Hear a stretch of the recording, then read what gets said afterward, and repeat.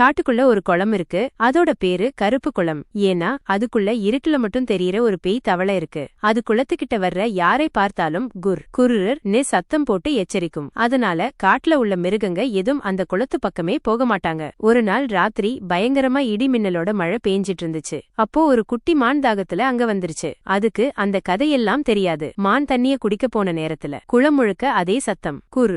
மானுக்கு பயமாயிடுச்சு. அடுத்த மின்னல் அடிச்சப்போ குளத்து நடுவுல இருந்து ஒரு பெரிய தவளை மேல வந்துச்சு. ஆனா அது சாதாரண தவளை இல்லை. கருப்பு களிம்பு மாதிரி தோல், நெருப்பு மாதிரி சிவந்த கண்கள், கருங்கயிறு மாதிரி நீளமான நாக்கு. அதுதான் அந்த பேய் தவளை. என் குளத்துல தண்ணீரை குடிச்சா திரும்ப வெளியே வரமாட்டேன்னு மெதுவா மிரட்டிச்சு. மான் அலறிச்சு. ஆனா மழையில சத்தம் வெளியே கேட்கல. பேய் தவளை கிட்ட வர மான் விழப்போற தருணம். திடீர்னு ஒரு பெரிய முதலை வேகமா பாய்ஞ்சு வந்துச்சு. அது பேய் தவளைய பார்த்து, நீ இந்த உலகத்தைச் சேர்ந்தவன் இல்லை, போயிடுன்னு சத்தம் போட்டுச்சு. முதலை தன் வாலை வச்சு அந்த பேய் தவளைய ஓங்கி அடிச்சது. ஒரு கரும்புகை, ஒரு மின்னல், பேய் தவளை மறைஞ்சு போச்சு. முதலை மான் கிட்ட, இது வெறும் குளமில்லை, இது ஒரு பழைய சாபமான இடம். உன்ன மாதிரி பலரை காப்பாத்தணும்னு சொல்லிட்டு மானை பத்திரமா கூட்டிட்டு போச்சு. முடிவுல என்னாச்சுன்னா, அப்போ இருந்து யாரும் அந்த குளம் பக்கமே போகல. ஆனா இன்னைக்கும் சில மழை ராத்திரிகள்ல காடு அமைதியா இருக்கும்போது குளத்து அடியில இருந்து அந்த குர்ரர் சத்தம் இன்னும் கேக்குதாம்.